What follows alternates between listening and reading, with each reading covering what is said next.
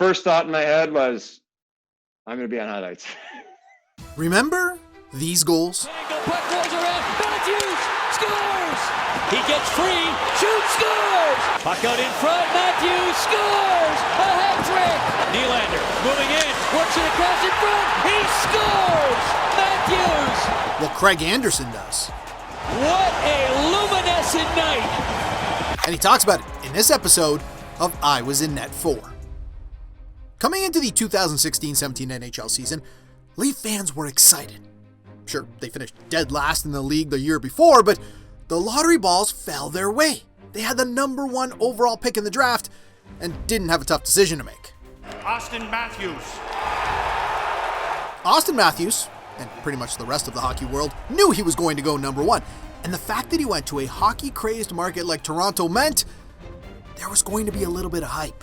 You know, there's a lot of people out there going to say, we're sick of you guys talking about Auston Matthews. Too bad. And Matthews would be making his much-anticipated debut on opening night in Ottawa. A sense of occasion in the air tonight here in Ottawa. But the Sens had a bit of an advantage. Mark Crawford was their associate coach. The same Mark Crawford who coached Matthews in Zurich in his 1 year in the Swiss National League. I do recall Crow saying, be strong on your stick. He's got a good stick, as he showed in that game as well. But I think he was like, yeah, he's good. I don't think he stressed enough that how good he could be. Kind of chuckled about, hey, this guy's the real deal. I kind of told you guys to look out for him. And things looked good for Anderson in the first period. He stopped Mitch Marner, one of 6 Leaf rookies in the lineup, on a breakaway.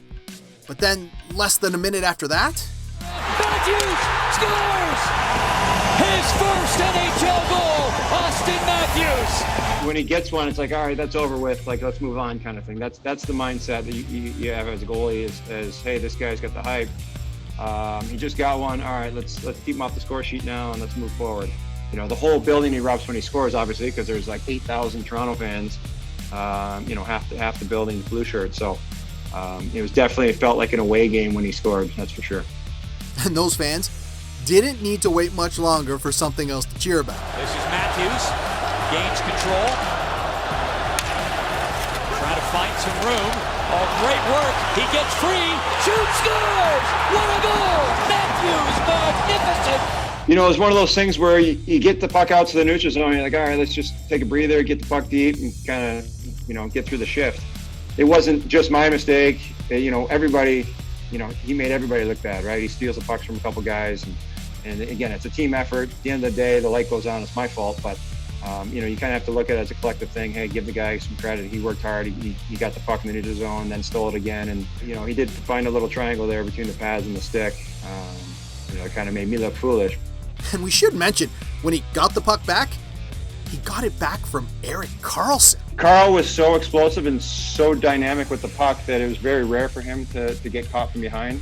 So I think it kind of caught him off guard, maybe on Austin's, ability there. But, at the end of the day, it's we learn from the mistakes, right? It happens once, just don't let it happen again type thing. Now, coming into this game, only 2 players in the modern era had ever scored a hat trick in their NHL debut. Well, Matthews became number 3. Puck out in front, Matthews scores! A hat trick! Oh my goodness, what a debut! First thought in my head was, I'm going to be on highlights. No joke, I swear, like sitting in the net, you're getting a drink of water, you go for a skate, and you're like, well, I'm going to be part of history. My name's always going to be brought up when you bring up Auston Matthews' name. So hopefully he continues his career the way it's supposed to go, and we can have this conversation 25 years from now. But even though he was okay with being part of history, it wasn't until Matthews scored his 4th goal of the game in the dying seconds of the second period that Anderson showed a little frustration. My frustration there was in disbelief. I read that 2-on-1 perfectly. My leg was there. Really, I couldn't have played that any differently, and he still scored. It was just like, all right, what am I supposed to do now, And that was my kind of thought process of frustration of I'm doing everything I possibly could, and this guy's still making me look silly. So Matthews had 4 goals in the first 40 minutes of his NHL career, but the Leafs were still clinging to a 1-goal lead. Carl was always pretty lighthearted. He was always kind of had a smile on his face and just kind of joking around and says, well, can't do anything about that now, boys. Let's go out and, stats are with us, right? Statistics are with us. He's not going to get another one because he's already had 4. Like, he won't score for another 4 weeks, Kyle Turris would tie the game in the third period, and then 37 seconds into overtime would score the winner, with Matthews himself late on the back check. It's like the shadow that's cast over Austin's first game, right? Like, 4 goals, like the sun's shining on you, you're this great player. And at the end of the day, some Ottawa Senators fans going to chime in and be like, yeah, but you lost.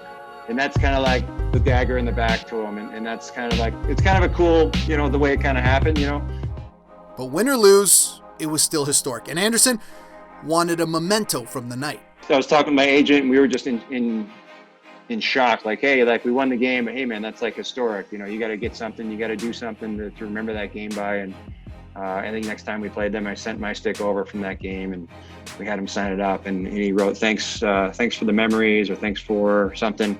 And he wrote, instead of FOR, FOUR, which is just kind of neat little play on word. The great players are the great players, and they are the great players for a reason. And he's, obviously in that upper echelon of players where you're talking Hall of Fame, Stanley Cup, the list goes on for what his potential could be.